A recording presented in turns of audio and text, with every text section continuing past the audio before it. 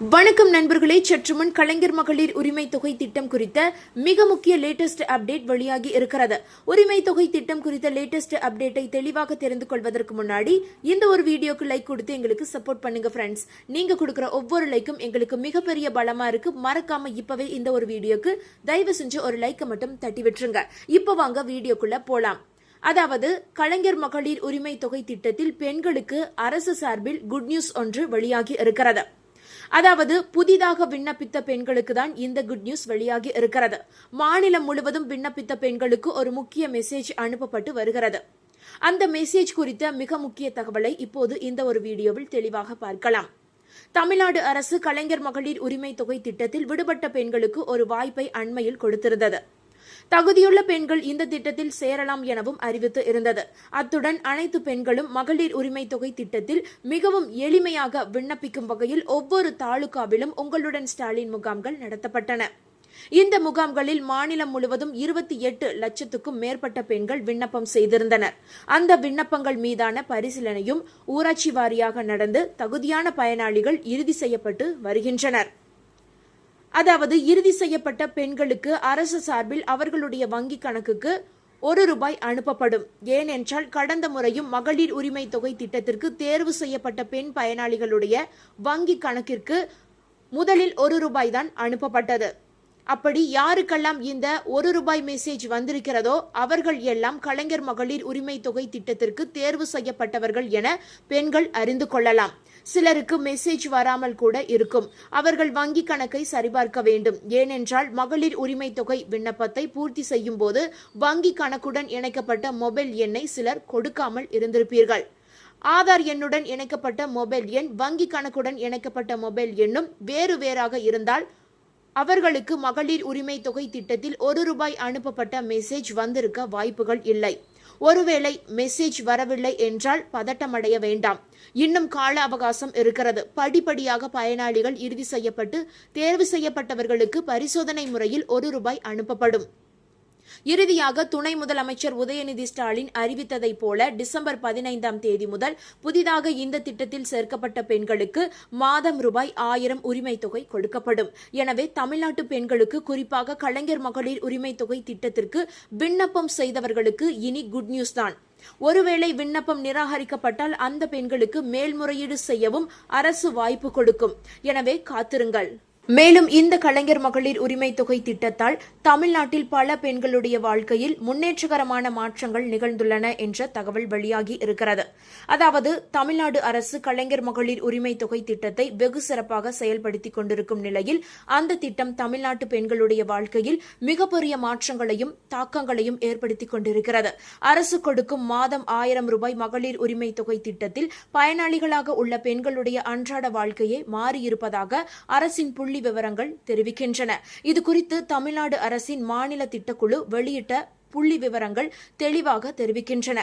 அந்த புள்ளி விவரங்களின்படி தமிழ்நாட்டின் கிராமப்புறங்களில் கணக்கெடுக்கப்பட்ட 5180 வீடுகளில் 3323 வீடுகள் கலைஞர் மகளிர் உரிமை தொகை திட்ட பயனாளிகளை கொண்ட குடும்பங்களாக இருக்கின்றன. அதாவது இந்த திட்டத்தின் 64% கவரேஜை குறிக்கிறது. தமிழ்நாட்டின் நகர்ப்புறங்களில் கணக்கெடுக்கப்பட்ட 5131 வீடுகளில் 2840 வீடுகள் கலைஞர் மகளிர் உரிமை தொகை திட்டத்தின் கீழ் உள்ளன. இது 55% கவரேஜை குறிக்கிறது. தமிழ்நாட்டில் ஒட்டுமொத்தமாக கணக்கெடுக்கப்பட்ட 10,311 வீடுகளில் 6,163 அதாவது 60% வீடுகள் கலைஞர் மகளிர் உரிமை தொகை திட்டத்தின் கீழ் உள்ளன. இதை வைத்து பார்க்கும்போது தமிழ்நாட்டில் சமுதாயத்தில் மிகவும் ஒதுக்கப்பட்ட பிரிவு மக்களை கலைஞர் மகளிர் உரிமை தொகை திட்டமானது சென்றடைந்துள்ளது என்பது உறுதியாகி உள்ளது. தமிழ்நாட்டின் கிராமப்புறங்களில் 46% கலைஞர் மகளிர் உரிமை தொகை திட்ட பயனாளிகளும், தமிழ்நாட்டின் நகர்ப்புறங்களில் 16% பேரும் நமது சமுதாயத்தில் மிகவும் பின்தங்கிய பிரிவுகளான பட்டியல் சாதிகள் மற்றும் பட்டியல் பழங்குடியினரை சேர்ந்தவர்கள். கலைஞர் மகளிர் உரிமை தொகை பயனாளிகளில் 1/5 பங்கு மிகவும் பின்தங்கிய வகுப்புகளைச் சேர்ந்தவர்கள். இவர்களை MBC பிரிவினர்கள் என்று அழைப்பார்கள். அதேபோல AAY அதாவது அத்தியோதயா அன்ன யோஜனா ரேஷன் கார்டுகள் அல்லது PHH முன்னுரிமை ரேஷன் கார்டுகளை கொண்ட ஏழை குடும்பங்கள் மகளிர் உரிமை தொகை திட்டத்தின் கீழ் வருவதற்கான சிறந்த வாய்ப்பை பெற்றுள்ளன. தமிழ்நாட்டின் கிராமப்புறங்களில் 76% மகளிர் உரிமை தொகை திட்ட பயனாளிகள் இந்த அத்தியோதயா அன்ன யோஜனா AAY அல்லது முன்னுரிமை ரேஷன் கார்டுகள் PHH அட்டைகளை கொண்டுள்ளனர். அதே நேரத்தில் நகர்ப்புற தமிழ்நாட்டில் 36% கலைஞர் மகளிர் உரிமை தொகை திட்ட பயனாளிகள் இந்த அத்தியோதயா அன்ன யோஜனா AAY அல்லது முன்னுரிமை PHH ரேஷன் அட்டைகளை கொண்டுள்ளனர் என்பது குறிப்பிடத்தக்கது. மேலும் மகளிர் உரிமை தொகை திட்ட பயனாளிகளில் 15% பேர் 60 வயதுக்கு மேற்பட்ட மூத்த குடிமக்கள், 17% பேர் மகளிர் உரிமை தொகை திட்ட பயனாளிகளில், அதாவது 17% உரிமை தொகை திட்ட பயனாளிகளில் விதவைகள் அல்லது கணவனை பிரிந்தவர்கள் அல்லது விவாகரத்து பெற்றவர்கள் அல்லது திருமணமாகாத ஒற்றை பெண்களாக இருக்கின்றனர். கலைஞர் மகளிர் உரிமை தொகை திட்ட பயனாளி குடும்பங்களில் 7% ஒற்றை உறுப்பினர் குடும்பங்கள் என்பது குறிப்பிடத்தக்கது. மகளிர் உரிமை தொகை திட்ட பயனாளிகளில் 32% பேர் முறையான கல்வி இல்லாத கல்வி அற்றவர்கள், அதாவது கல்வி அறிவற்றவர்கள். இந்த கலைஞர் மகளிர் உரிமை தொகை திட்ட பயனாளிகளில் பெரும் பகுதியினர் கூலி தொழிலாளர்களாக வேலை செய்கின்றனர். மகளிர் உரிமை தொகை பயனாளிகளில் பெரும் பகுதியினர் மோசமான வீட்டு நிலைமைகளில் கழிப்பறை வசதி கூட இல்லாத நிலையில் வசிப்பதாக ஆய்வு கூறுகிறது. கலைஞர் மகளிர் உரிமை தொகை பயனாளிகளுக்கு உணவு பாதுகாப்பை கொடுத்துள்ளது. மாதம் 1000 ரூபாய் கிடைக்கும் பணம் பெரும்பாலும் குடும்பத்திற்கு அத்தியாவசிய உணவுப் பொருட்களை வாங்குவதற்கு பயன்படுத்தப்படுகிறதாம். பெண்கள் உணவுப் பொருட்களை வாங்குவதற்கு அதிகம் செலவு செய்கின்றனர். அதிக காய்கறிகள், அதிக மளிகை பொருட்கள், சிறந்த தரமான அரிசி மற்றும் அதிக பால் ஆகியவற்றை வாங்குகின்றனர். தமிழ்நாட்டின் கிராமப்புறங்களில் 39% பயனாளிகளும் நகர்ப்புறங்களில் 35% பயனாளிகளும் மகளிர் உரிமை தொகை பணத்தை மருந்துகளை வாங்குவதற்கு பயன்படுத்துவதாக தெரிவித்துள்ளனர். 1/5 பங்கு பயனாளிகள் தங்களுடைய இந்த உரிமை தொகை திட்ட பணத்தை தங்களுடைய குழந்தைகளின் கல்விக்காக செலவிடுவதாக தெரிவிக்கின்றனர்.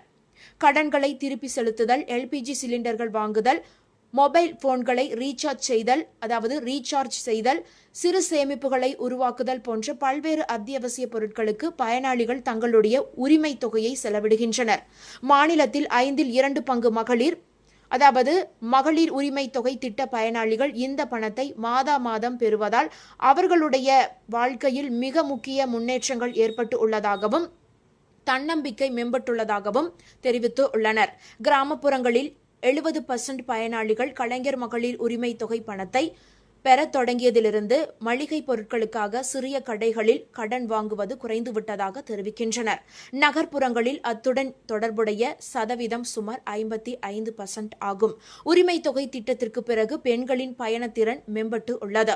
அவர்களின் தனிப்பட்ட தேவைகளுக்காக செலவிடும் திறன் அதிகரித்து உள்ளது.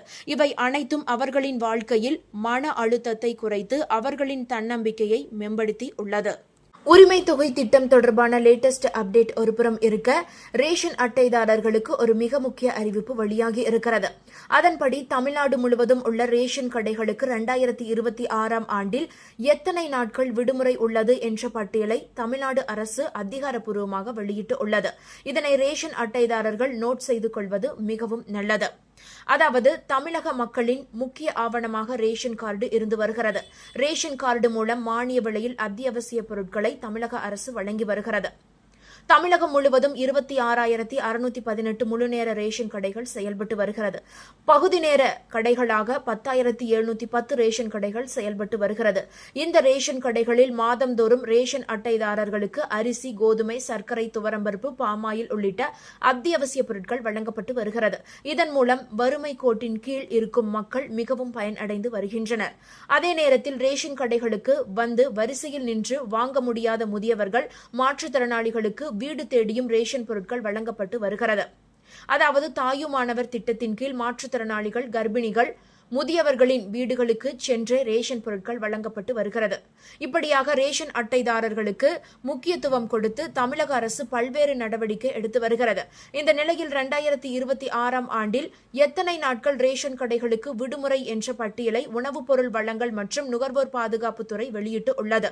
அதன்படி 2026ஆம் ஆண்டில் மொத்தம் 23 நாட்கள் ரேஷன் கடைகளுக்கு விடுமுறை அளிக்கப்பட்டு உள்ளது. இதனை ரேஷன் அட்டைதாரர்கள் தெரிந்து கொண்டு அதற்கு ஏற்ப ரேஷன் கடைகளுக்கு செல்ல திட்டமிட்டுக் கொள்ளுங்கள். அதாவது 2026ஆம் ஆண்டு ஜனவரி 1ஆம் தேதி புத்தாண்டு தினம், ஜனவரி 15ஆம் தேதி பொங்கல் பண்டிகை, ஜனவரி 16ஆம் தேதி திருவள்ளுவர் தினம், ஜனவரி 17ஆம் தேதி உழவர் தினம், ஜனவரி 26ஆம் தேதி குடியரசு தினம், பிப்ரவரி 1ஆம் தேதி தைப்பூசம், மார்ச் 19ஆம் தேதி தெலுங்கு புத்தாண்டு, மார்ச் 21ஆம் தேதி ராம்லான் பண்டிகை, மார்ச் 31ஆம் தேதி மகாவீர் ஜெயந்தி, ஏப்ரல் 3ஆம் தேதி புனித வெள்ளி, ஏப்ரல் 14ஆம் தேதி தமிழ் புத்தாண்டு ஆகிய தினங்களில் ரேஷன் கடைகளுக்கு விடுமுறை அறிவிக்கப்பட்டு உள்ளது. தொடர்ந்து மே 1ஆம் தேதி மே தினம், மே 28ஆம் தேதி பக்ரீத் பண்டிகை, ஜூன் 26ஆம் தேதி மொகரம் பண்டிகை, ஆகஸ்ட் 15ஆம் தேதி சுதந்திர தினம், ஆகஸ்ட் 26ஆம் தேதி மிலடி நம்பி, செப்டம்பர் 4ஆம் தேதி கிருஷ்ண ஜெயந்தி, செப்டம்பர் 4ஆம் தேதி விநாயகர் சதுர்த்தி, அக்டோபர் 2ஆம் தேதி காந்தி ஜெயந்தி, அக்டோபர் 19ஆம் தேதி ஆயுத பூஜை, 20ஆம் தேதி அதாவது அக்டோபர் 20ஆம் தேதி விஜயதசமி, நவம்பர் 8ஆம் தேதி தீபாவளி பண்டிகை, டிசம்பர் 25ஆம் தேதி கிறிஸ்துமஸ் ஆகிய நாட்களில் ரேஷன் கடைகளுக்கு விடுமுறை அளிக்கப்பட்டு இருக்கிறது. பொது விநியோக திட்டத்தின் கீழ் இயங்கும் நியாய விலைக் கடைகள் அறிவிக்கப்பட்ட விடுமுறை நாட்காட்டியை கண்டிப்பாக கடைபிடிக்க வேண்டும் என்றும் அந்த உத்தரவில் மேலும் குறிப்பிடப்பட்டு இருந்தது. ரேஷன் கடைகள் சீராக செயல்படுத்துவதை உறுதி செய்யவும், அத்தியாவசிய பொருட்களின் விநியோகத்தில் ஏற்படும் இடையூறுகளை தவிர்க்கவும் அறிவுறுத்தப்பட்டு உள்ளது. இந்த தகவல்கள் அனைத்தும் உங்களுக்கு பயனுள்ளதாக இருந்தால் மறக்காம இந்த வீடியோவை லைக் பண்ணி உங்களுடைய ஃப்ரெண்ட்ஸுக்கும் ஃபேமிலிக்கும் ஷேர் பண்ணி விட்டுருங்க. இது போன்ற பயனுள்ள தகவல்களை உடனுக்குடன் குயிக் அப்டேட்டா தெரிந்து கொள்ள மறக்காம நம்மளுடைய குட்டி இன்ஃபோ சேனலை சப்ஸ்கிரைப் பண்ணி பக்கத்தில் இருக்க மினி பெல் ஐக்கானை கிளிக் பண்ணி வச்சுக்கோங்க. நன்றி மக்களே.